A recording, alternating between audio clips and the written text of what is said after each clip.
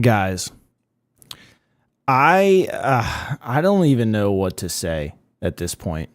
Um, I have no idea. I don't know. I don't know what happened to the Orioles, man. I really don't. Um, it's disappointing. We've seen them talk about their mojo. It's gone. There's no excitement from this team. There's no smiling.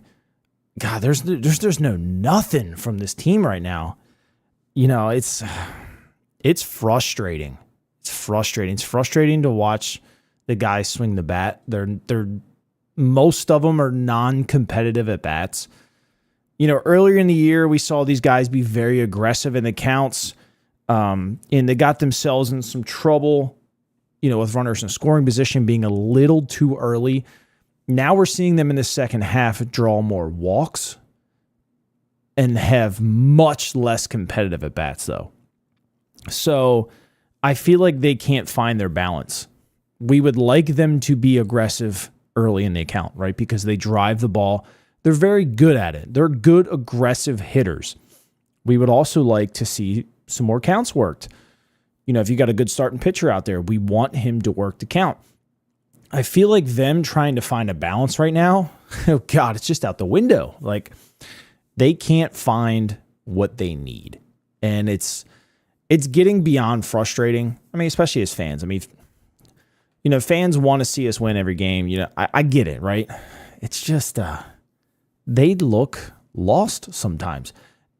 I'm not going to sit here and say that it's easy to hit in the big leagues because you can ask anybody and it's not. It's just how they look. I don't want to say they look like they don't want to be there because I know that's not true. But they look like they expect to fail right now, if that makes sense. I'm not saying that they know they're going to go up there and get out. It's like they accepted the fact that they're just struggling. And I also know that's not true too. They're out there working hard every day. I'm not saying they're going to give up on anything. I'm just saying is they just look defeated. And I don't know how do you get out of it. Do you look to your manager? I don't know. It's hard to pinpoint what they should be doing. And I don't know. I don't have an answer. We've seen Gunnar got hot a little bit. God, Adley went through one of the worst stretches of probably his life, to be down honest with you. Mullins is still hitting well. That's been about it. Losing Westberg was a big deal. Urias was hot at a certain time. Then you lost him. Holiday kind of got hot for, a little 6-7 game stretch. Then he's been nothing since. Kobe Mayo's come up here and just can't find his footing. They've just got so many guys that are just struggling at the same time. Cowser is striking out what feels like 100 times in the second half. I know it's not 100. There's no consistency in their approach. And I know the punching bag has been the hitting coaches, has been Brandon Hyde. And part of the blame, yes, they deserve 100% of it, partial 100%, if that makes any sense. It's their job to figure out why. And especially Hyde, right? He's the guy that leads the ship. He's got to figure out why his hitting coaches can't figure it out. His hitting coaches need to figure out why Cowser can't hit a changeup, It's a trickle-down effect. And I think that kind of gets lost on some people when they start arguing about, is it Brandon Hyde's fault? Is it a hitting coach's fault? There's a pecking order, right? The guy at the top's got to figure it out. Or tell them, hey, we got to try something different here. But I'm not going to sit here and say that it hasn't happened. We all know it probably has. It's just not translating on the field. And when we see that, we're getting frustrated as fans. I just don't know where they go. Can this team, the talent is there. The talent is there. If they decided to just click it, this team could make a deep postseason run. Could. Based on the talent that they have. And I say that because the pitching's pretty decent. It's decent enough, right? You got Burns, Eflin, and Suarez. I'll throw Suarez in there. Those three can win you a playoff series, maybe even two, if the offense decided they wanted to figure it out. It's just plain and simple. The bullpen, we know they have their struggles, right? Getting Webb back is going to help if he's healthy. Getting Danny Coulomb back if he's healthy are huge upgrades over what we currently have. And then you bring in Grayson Rodriguez, who I'm not going to say that he's not going to start. I'm just going to say it's likely that you see him in the bullpen. You add that to the back end of your bullpen. Whew. We all know Grayson could come in and throw 100 miles an hour for one inning. We know it, right? Now you take Grayson. Just picture this for 1 second.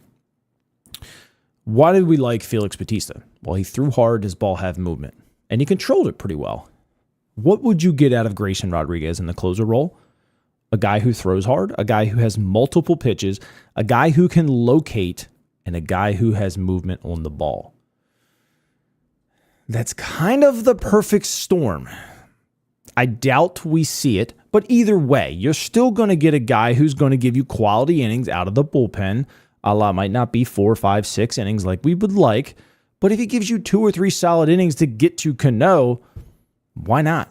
If you had to use him in the closer role, why not? The pieces are coming together if they just want to just figure it out.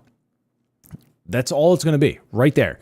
Do they want it bad enough? Because the roster, even right now, is still good enough to win. Excuse me. I know you probably don't think that Austin Slater is good enough. He brings enough to the table to win a baseball game. Rivera just won a World Series with the Diamondbacks last year. Or was in the World Series, I'm sorry. It was in the World Series with the Diamondbacks last year. That experience is there. He's a quality fielder. He'll give you a competitive at-bat at least. He's not going to hit 300, but he'll give you a competitive at-bat. If Westberg comes back to what he was, now you have an upgrade. If Urias comes back, now you have a good right-handed hitter off the bench and or starting.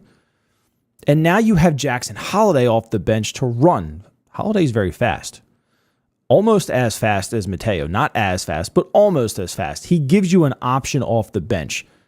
Faster than Slater, faster than Rivera, faster than Soto. So now you're starting to see your roster kind of come together. It's just going to come down to, do they want it? Plain and simple. Can Brandon Hyde fix what's ever going on right now? Can Gunnar Henderson or Westberg or Adley fix what's going on in the clubhouse? They just have to look themselves in the mirror right now and just decide if they want to do it. That's just what it's going to come down to. Do the Orioles want to go win a playoff series? Because it's there. The talent is there. Can they beat the Royals? The Royals, in my opinion, might be the second most dangerous team in the playoffs. To play them in the first round, it's going to suck. But you know what? You got to beat the best to be the best. So, whatever. Houston's still the team to beat. The Yankees scare absolutely nobody. Absolutely nobody. Twins, could they beat us? Sure. Should they? No. It's really just down to Houston and Kansas City. And if you get through Kansas City in that first round, you're going to beat the Yankees in the second round in the ALCS. Or ALDS, I'm sorry. It's right there. They just got to figure it out. The Yankees don't scare anybody at all. Kansas City does because they're playing good baseball. They have great starting pitching. Their bullpen is, they're real bad. They've gotten better, but they're still bad. They've got a good offense. They're young. They're speedy. That kind of stuff plays in October. And then you got the Astros, who are just going to just be the Astros in October and just be a very competitive baseball team. It's right there. You find a way to get through Kansas City, you're beating the Yankees, you're in the ALCS. Just figure it out. Like I say, I don't know if there's something going on in the clubhouse. We've all had the speculation that Brandon Hyde has lost the clubhouse. I'm not sure if we're there just yet. I do miss the emotion out of Brandon Hyde. Early on in his career, he would, he would yell at Robbie Ray, you know, he'd try to fight Chris Davis, or, you know, he was always out there protecting his guys. He was yelling at the umpires. He was always cheering and clapping on his guys. And now we kind of just, it's like we watched Brandon Hyde age into Buck Showalter's age and just kind of stand there on the fence and just have that look. It's a look that none of us like. You know, it's like, what are you doing? Why aren't you yelling? Because we know who he is. We're just not seeing that this year. And I don't know if the players fed off that prior and now they're not.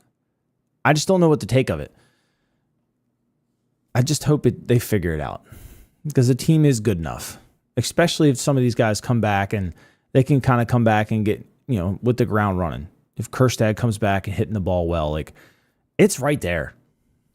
It's right there. It's just the last month and a half, we'll say even 2 months, the offense has just been so boring.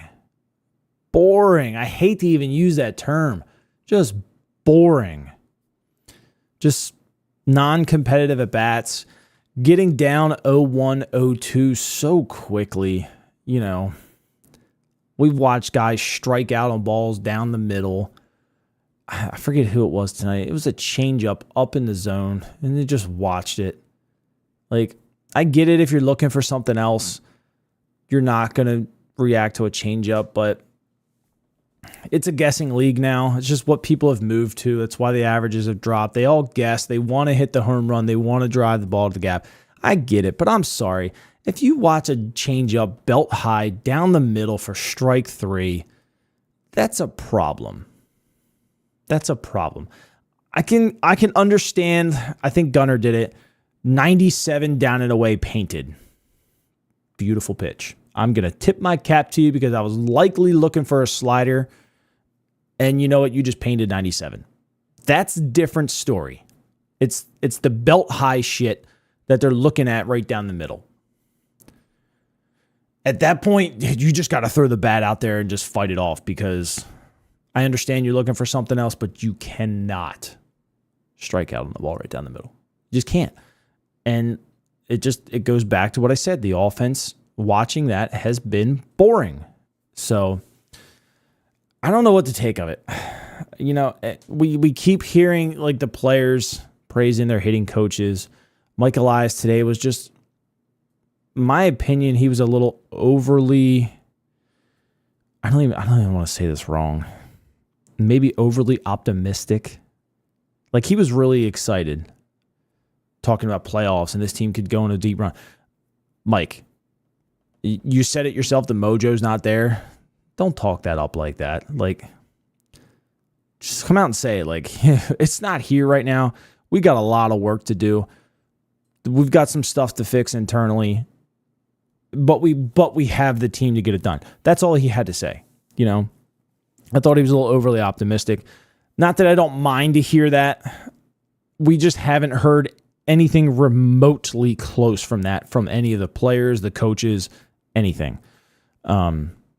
So there are either two things, right? He's just trying to say the right thing in front of the cameras, or two, he's just that disconnected from the team right now. I doubt it's number two. I'm just saying. I'm going to put it out there. I just doubt it. But I don't know what to take of it. You know, I don't even want to say they don't have an approach, because they're a top 10 team going the other way right now. So they're obviously letting the ball travel. They're driving it the other way. I just don't know what changed. Like, they still drove the ball the other way in the first half, but I felt like they were more aggressive. They pulled the ball a little bit more. They stayed in the middle of the field. Now it's like they're drawing more walks and not hitting. So we've got to find a balance.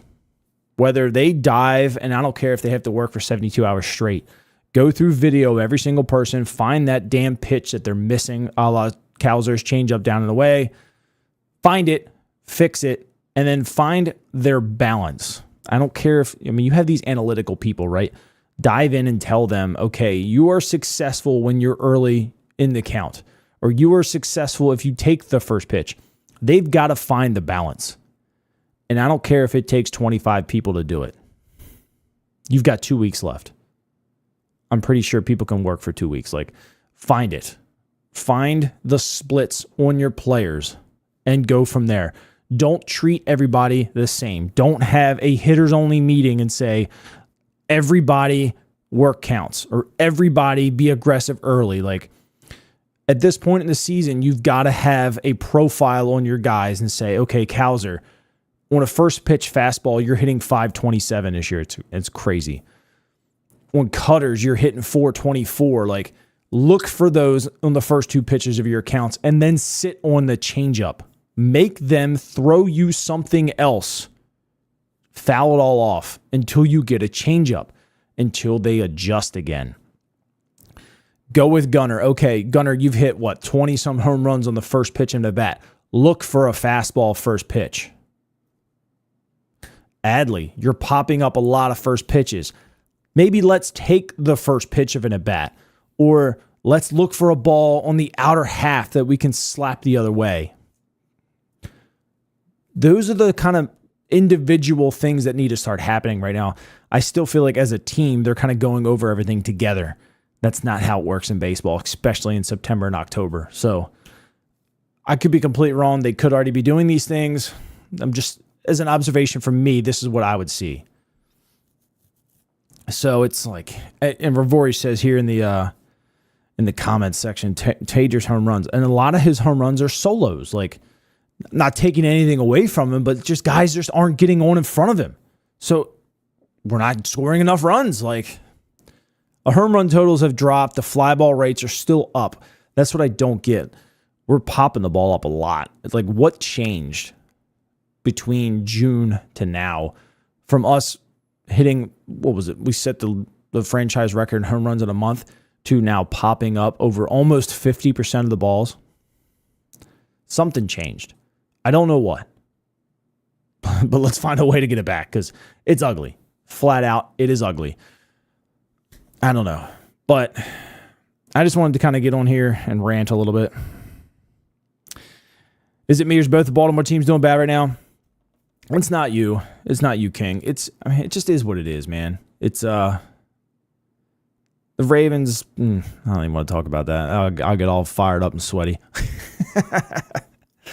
We'll save that for another time, but it's just, I don't want the Orioles offense to be boring going into October, because right now it is. I mean, if they take this current offense, we're going to go 0-2 in a wild card series, and it's going to be a quick off season. And none of us want that. The players don't want that. Brandon Hyde doesn't want that. Mike Elias. Nobody wants that. So they've got to start, like I said, if they got to put in overtime to do it, do whatever you got to do. But they've got to find a way to individually get guys going. So I don't know where you go from there. I mean, there's plenty of stats on guys. The pitching has turned itself around. Starting pitching in August was meh at best. And now it's, a top 5 staff in baseball in the last 17 days. So the pitching has the starting pitching has righted itself. The bullpen, it just is what it is. Some nights they're really good, and some nights they're shit.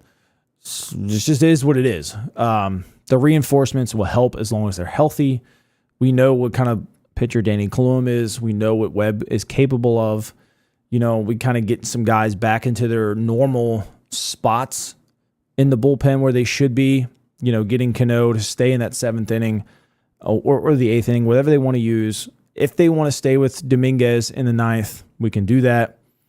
Robert asked, do you DFA Kimbrel? I feel like you do. I've been a big Kimbrel guy all year. I'm very disappointed how he has pitched. It hurt. I feel like they put too much stock into him. I was excited to get him early in the year. Sorry, didn't mean to hit the mic there. I was very excited to get Kimbrel earlier this year because I felt like he was a good veteran presence in that back end of the bullpen. I just didn't want him to be the only piece they went and got. I did not want him to be the closer, but I liked him in a 7th or 8th inning role where you didn't have to use him as much. He kind of could stay healthy because last year he got tired. He just flat out got tired and he got hit around in October. He got overused. Like 77 or 78 appearances. He was on that track. He was just tired. So I wanted him to be a setup with Cano, and I wanted them to go get one more closer and or just a higher leverage arm where they could rotate the three of them. Leaving him on an island by himself has turned us into where we are, and it's gotten ugly quickly, and I think for sure the Orioles do DFA him. Whether that be for Danny officially coming back or that be for Grayson coming back, I think he's definitely, if he's not DFA'd, he's off the playoff roster. I think. We've seen them make decisions that we don't agree with a lot. This is just me thinking. So I would leave him off the roster. If you want to talk about roster, I would leave Kobe Mayo off the roster. I would find a way to keep Holiday on the roster, even if Westberg and Urias are both back healthy, because of the speed. He's the guy who can come in and run. He can play shortstop and second base in a pinch. He can give you a left-handed bat off the bench. We know he has power when he makes contact. He's just got a lot to work on. But 1,000% because of the speed, you got to have him on the playoff roster because you really don't have anyone else. It's either Jackson Holiday or Austin Slater running. Take your pick, and I'm taking Jackson Holiday 1,000% of the time. I would probably take Slater over hitting, though. But it just is what it is. Team did look dead tonight. I agree with you, Prime, and that's kind of what I was getting to. The offense just looks boring. Like they just, and I don't want to say they don't care because they obviously care, but it just, their emotions are on their sleeve. And everyone on TV and everyone in the stadium, they can all feel it. They feed off of it. And I get it. It was probably a little discouraging coming back from a long road trip and not seeing the stadium pretty filled. They haven't given us a reason to. I get it. But, they look dead and boring. And I hope they find a way. Blake Snell looked phenomenal tonight. God, he looked good. I haven't seen a starting pitcher in a long time just look at his catcher and throw it right to the glove 80-some% of the time. And Snell, and when you even look at his numbers, was exceptional compared to what he normally is. Like, I think his season first pitch strike is in like the 60s%. He was like 82% at one point. Like, he was just on it, painting every corner, working the ball high, low, in and out. That's very hard to hit as a hitter. I get it. But they looked so non-competitive in the box. It was a little scary. They just looked like they just didn't want to be there. I don't know where to go from there. I don't know how to fix it. Like, if it's a morale thing, at this point in September, this late in the year, how do you fix it? They tried the Golden Tee thing. Like, that was kind of cool. Didn't work. They tried the Lego store thing in New York. I think it was New York. That didn't work either. I don't know what it is. They've brought the friends up from Norfolk, with Jackson and Mayo and then Kerstad. Was it because they traded friends and Norby and Stowers? I doubt it. Like, these guys know it's a business. You're playing for the name on the back of the jersey more than you are on the front when you're in the minor leagues because you have all 32 teams are constantly scouting you. It's not often a guy plays for the team he gets drafted by. If you're not a first, second, or third round pick, it's very, very not often that you're going to come up with that team. So you're constantly playing for the name on the back, right? You're putting on a show every night for someone out there who needs you. So they know it's a business. I don't think that had anything to do with it. It might have, sucked a little bit, but I don't know. The team is just, I looked back today. I edited my 2023 playoff hype video. It's on the channel somewhere here. The vibes were so fun. The crowd vibes were great. The team vibes were great. The hustle. Brandon Hyde looked good. We are so far from those vibes. It's incredible. And then, to watch the stupid errors and the stupid defense that we've watched over the last 2 months, it really makes you question a lot of things. And I understand why some fans reach for saying Brandon Hyde lost the clubhouse or blaming this or blaming that. Like, I totally get it. I really do. It's just everything has completely 180'd on this team from what we were used to, and it's scary. It's scary. And, I mean, you guys tell me, do you think at this point they have to make a change? Like, if they go over and they roll dead through the rest of September and they get swept 0-2 real quick in the wild card round, like, you got to make a change, right? Like, injuries can only carry you so far, but when the team plays like that and show the emotions that they have for so long, I feel like you have to make a change. I don't know.